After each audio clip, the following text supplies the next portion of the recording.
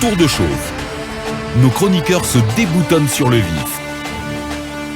Encore une fois, tout le plaisir pour toute la team de Mirador de vous retrouver et de vous tenir compagnie jusqu'au port de midi pour ce numéro exceptionnel avec pour invité prestige Monsieur Khalifa Gassama Diaby, ancien ministre de la République, activiste des droits de l'homme, qui va nous rejoindre sous les coups de 9h30 exactement sur ce plateau.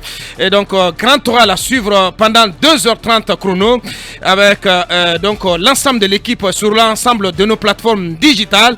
Vous nous y rejoignez. Merci de votre fidélité. Merci de continuer d'envoyer plus d'étoiles. Grand merci déjà à vous qui le faites depuis plusieurs jours. Merci donc de continuer dans cette voie. Vous nous rejoignez également sur nos médias partenaires à Kindia sur Kania Zik 107, à Mamou dans la ville Carrefour, sur 95 chez Sidi Diallo. Merci également d'être connecté à réseau synchronisé de Dabo Média dans la région forestière et dans la savane. Allez, dans un instant donc on va se mettre en piste avec toute l'équipe. Bonjour à Koumba Diallo. Bonjour à Boubacar, bonjour à nos chers auditeurs. Toujours dans ces livres. Chers auditeurs et téléspectateurs, bonjour à Nono Dankouroussa, bonjour à Dalen Dalabé, bonjour à Koumbia Dangawal, mais aujourd'hui mon bonjour spécial à Kouramangui. Bien. Une pensée pieuse à Saïfoulaï Diallo, Yassine Diallo. Bonjour à vous, bonjour à tous les Ngirianké. Très bien. Bonjour l'enfant du triangle sacré.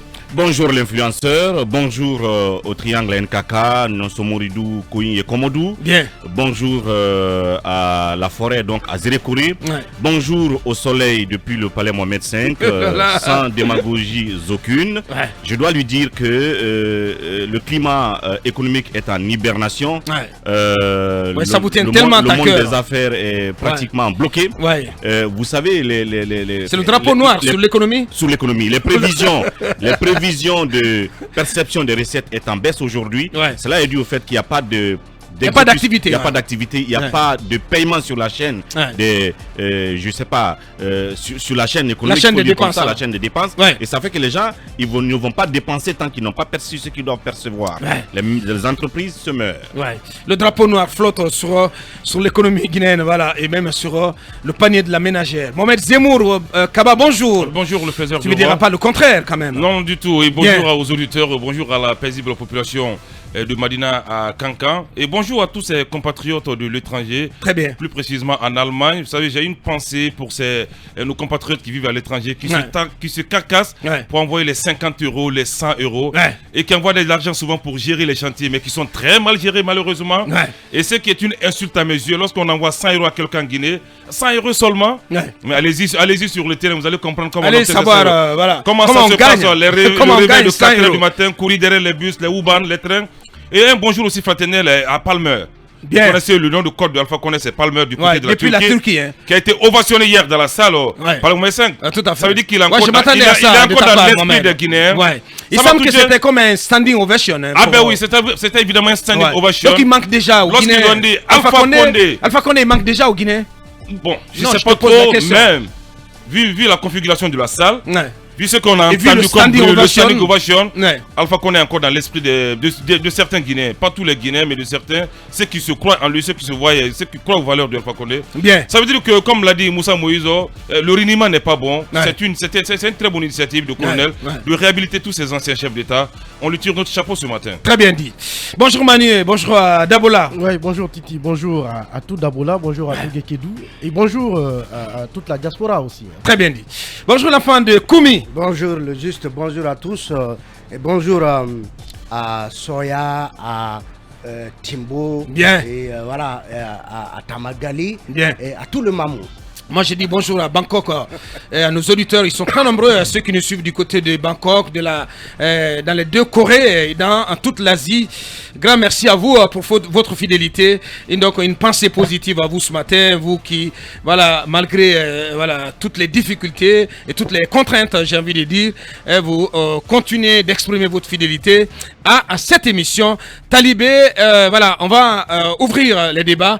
On s'intéresse au football ce matin. Dans un premier temps, à Yorokogia et où se passe donc la dernière journée de ce mini-championnat qui réunit 4 clubs de l'Afrique de l'Ouest. Plutôt 6 clubs. Ah, 6 clubs. Diallo, parce que vous avez... Finalement, hein. Non, finalement, vous avez raison, c'est 4 clubs. Attention, hein. Voilà. 4 clubs, donc, 4 clubs du Sénégal, un club du Mali et 2 clubs de la Guinée. De Yorokogia, j'étais là le jour du coup d'envoi le 21 août dernier. Donc aujourd'hui, c'est la dernière journée. Comme vous l'avez dit, c'est un mini-championnat. Tous les clubs vont s'affronter. Et après 2 journées, Lauréat est le seul club à avoir fait 2 victoires sur 2 matchs. On a vu aussi la journée de mardi, pendant laquelle Lauréat avait battu le Soir Academy 2-1. Casa Sport Djoliba 1 but partout. Lors de la première journée le 21 août, c'est plutôt Lauréat qui avait disposé de Djoliba 2-1 et le Casa avait battu Soir Academy 2-1. Donc aujourd'hui c'est la 3e et dernière journée qui verra Lauréat affronter le Casa Sport, le club champion du Sénégal. Et le Djoliba, le club champion du Mali, va affronter le vice-champion de Guinée, Sor Academy. Donc, voilà, au terme de cette 3e journée, voilà, on saura qui est en tête du 1er au 4e club donc, de ce mini-championnat qu'il faut saluer parce que Aboubakar, c'est surprenant l'engouement, la mobilisation là-bas en rase campagne loin de Conakry, mais voyez les tribunes dans les installations ultra modernes de Yorokogia, de l'académie AFAS, le centre sportif donc Antonio Soirée de Yorokogia. Ça fait la fierté du football guinéen et c'est à saluer et saluer également l'équipe qui a eu l'initiative, ces jeunes Alpha Madi, Tidiane Ba, Selou Tata et tous les autres voilà, qui ont... Al-Khali Dafé aussi. Al-Khali Dafé, qui ont installé leur quartier depuis tout ce temps, depuis plusieurs jours maintenant, du côté de Yorokogia, et qui permettent donc aux Guinéens de vivre de très beaux matchs de football. Très bien. Félicitations. Bien, oui, Madouri, très rapidement. Voilà, je ne suis pas foot, mais en fait, tu n'es pas footeux. Évidemment. Bien. Mais ce qui est encore à saluer, c'est l'idée qu'il y a derrière, la solidarité en fait qu'il y a de préparer des équipes de la même zone. Effectivement. Si vous voulez, footballistique, pour aller à une compétition. Parce que une compétition africaine. La finalité, c'est quoi? C'est que si Roya ne l'emporte pas, que ce soit Casa Sport du Sénégal, Djoliba ou les autres, quand j'écoutais M. Antonio Soirée dans son discours, c'est la finalité de la démarche. Et je pense que cette solidarité-là, c'est ce qu'il faut, notamment pour les équipes africaines. Merci. Au lieu que les gens aillent souvent en rang dispersé. C'est bien pensé, bien inspiré de la part de Alpha Madi, voilà, et toute son équipe. Félicitations à ces garçons. Pendant ce temps,